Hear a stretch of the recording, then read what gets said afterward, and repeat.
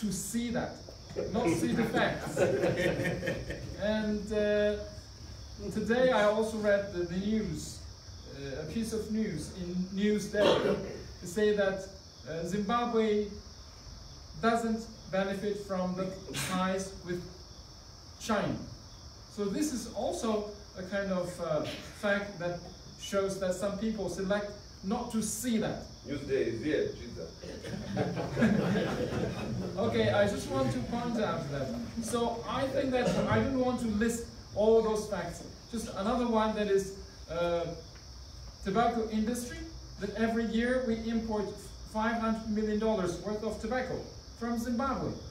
And even half of the tobacco is exported to China. Okay, how can you see that we haven't done anything here?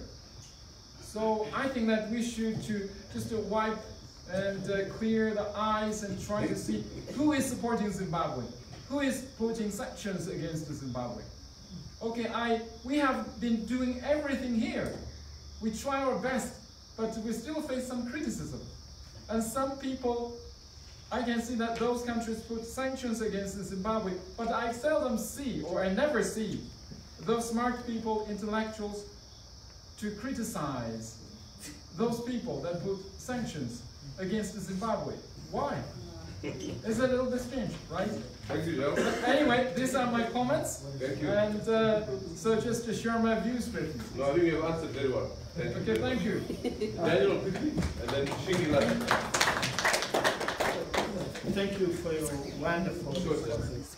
And I'm sure those are one who's a diplomat who should answer. I'm clearly aware as chair of the committee in Parliament of more than $1 billion that was externalized from Marange through Botswana to China, and the Chinese government complained to President Mugabe and gave a list. Hotels that were bought by senior government officials in China. Please. So what I then want you to know is that